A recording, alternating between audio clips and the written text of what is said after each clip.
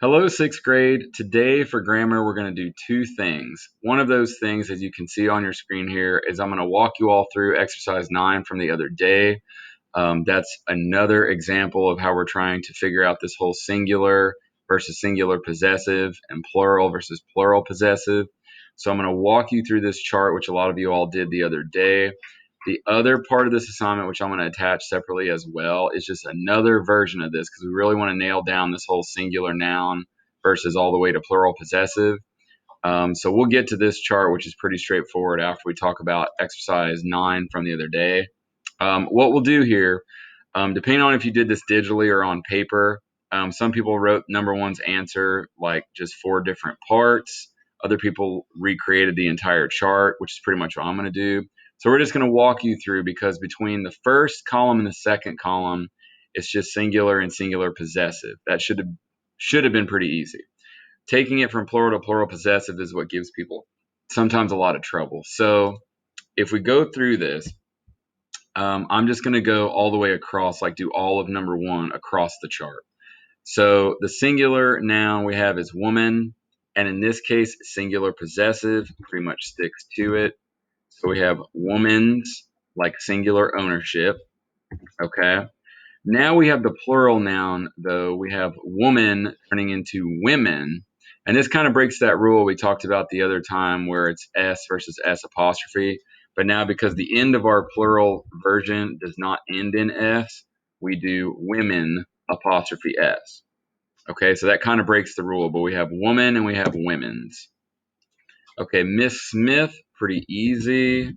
We're going to do Miss Smith apostrophe S. That shows her ownership.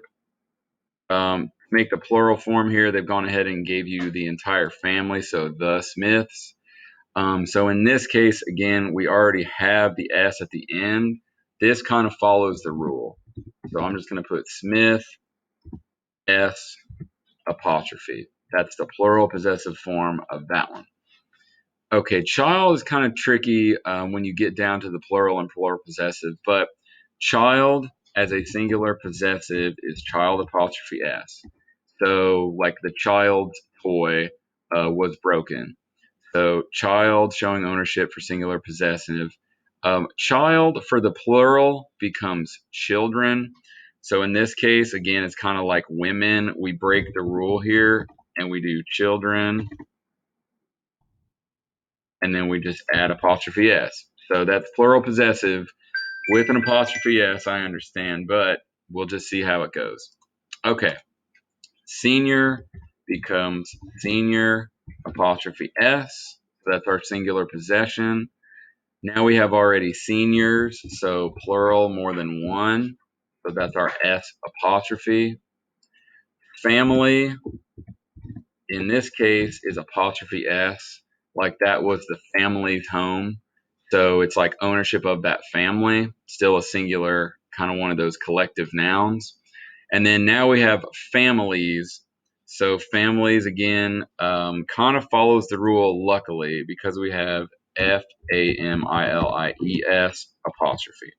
Okay. If I move myself out of the way here for a second and you really take a good look at the whole thing, you can tell that we've gone through the entire progression on all of these. Okay, so the big ticket item is knowing the difference between the singular possessive and the plural possessive. I mentioned this before that when we do this stuff, when we go from singular possessive to plural possessive, do the singular part first, which is leaving it alone, or do the plural part first, which is changing it to the plural form. And then that makes the possessive part, in any case, a lot easier. Okay. For the activity today, again, kind of another example of doing this very similar task. All the words you see here on 1 through 10, you don't do anything with them in this particular column. You just leave them singular nouns. In the second column over, when you rewrite them, they get rewritten in their plural form. And if you can notice some of these, their plural form is quite unique. So you have some spelling changes with quite a few of these. So just take it from singular to plural. And then depending on the rule, whether it follows it or not, you get your plural possessive down here.